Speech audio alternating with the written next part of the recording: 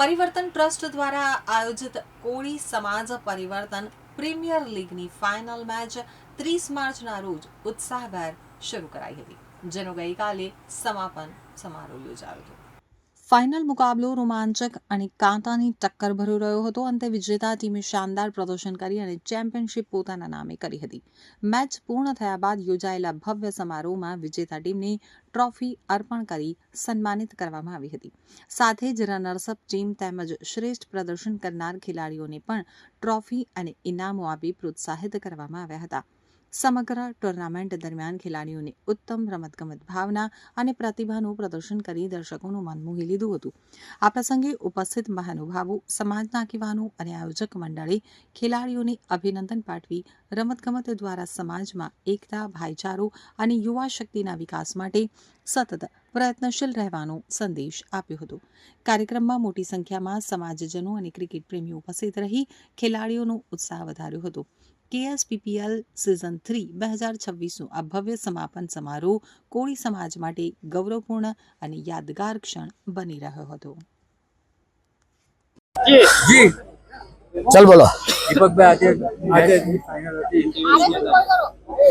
हाँ final grand finale के भाई ये ग्रांड फिनाले दे दीपक इजादार कप नो આજે ફાઇનલ મેચ રમાઈ ગઈ અહીંયા અને જે ભવ્યાથી ભવ્ય પ્રકાશ પરિવર્તન ટ્રસ્ટ અને કોળી સમાજના પ્રમુખ શ્રી પ્રકાશભાઈ આ ટુર્નામેન્ટ આયોજિત કરી છે. એમના ઘણા બધા સહયોગી એ કઈ પરિવર્તન ટ્રસ્ટ કોળી સમાજ એટલે શું? સમાજ કોળી સમાજમાં જે કુરિવાજો ચાલી આવેલા છે તેને સમાજનું પરિવર્તન કરવાનું કોળી પટેલ કાંટા વિભાગના કોળી પટેલ સમાજનું પરિવર્તન કરવાનું આ ટ્રસ્ટ શરૂ કર્યું છે. પ્રકાશભાઈ કોન્ટ્રાક્ટર પોતે એન્જિનિયર છે અને એના પ્રમુખ છે. કાંઠા વિભાગ કોળી પટેલ સમાજના પરિવર્તન ટ્રસ્ટના પ્રમુખ પ્રકાશભાઈ કોન્ટ્રાક્ટર ઓર્ગેનાઇઝિંગ થી આ ટુર્નામેન્ટ યોજાય છે.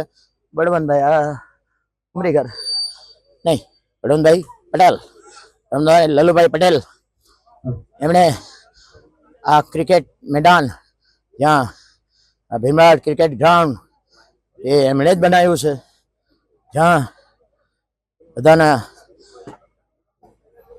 સ્પીચ પ્રમાણે, છોટુભાઈ પટેલની સ્પીચ પ્રમાણે, પ્રકાશભાઈની સ્પીચ પ્રમાણે 1930માં આઝાદી પહેલા જ્યારે ઓંબીની જન્મ થયેલો, જન્મના 37 વર્ષ પહેલા આ સ્પીચ પર મહાત્મા ગાંધી, મોહનદાસ કરમચંદ ગાંધીએ જેને અહિંસાના પૂજારી બની બેરિસ્ટર હતા જોહાનિસબર્ગના, પછી ત્યાં કોટ પહેરતા, પછી કંઈ એમને કંઈ થયું અંગ્રેજોને ભગાડવા જોઈએ એટલે 1930માં અહીંયા ગાંધીજી મહાત્મા ગાંધીજીએ અહીંયા પીચ પર બાઇટ્સ આપેલી, તેનું બીડું પછી બળવંતભાઈ લલભાઈ પટેલ જેમણે આ ભીમરાડ ક્રિકેટ ગ્રાઉન્ડ બનાવ્યું છે, જે હમણાં કહેવાય છે લાલભાઈ કોન્ટ્રાક્ટર સ્ટેડિયમની પીચ ગ્રાઉન્ડ કરતાં સેકન્ડ નંબરનું છે, કદાચ ફર્સ્ટ નંબરનું બની જશે આવતા વર્ષે. આ ગ્રાઉન્ડ છે ને બળવંતભાઈએ બનાવ્યું છે, એનું મેન્ટેનન્સ એ કરે છે એમના ખર્ચે. પાછું છે ને પેવેલિયન છે તે ગાંધી આશ્રમ પાછો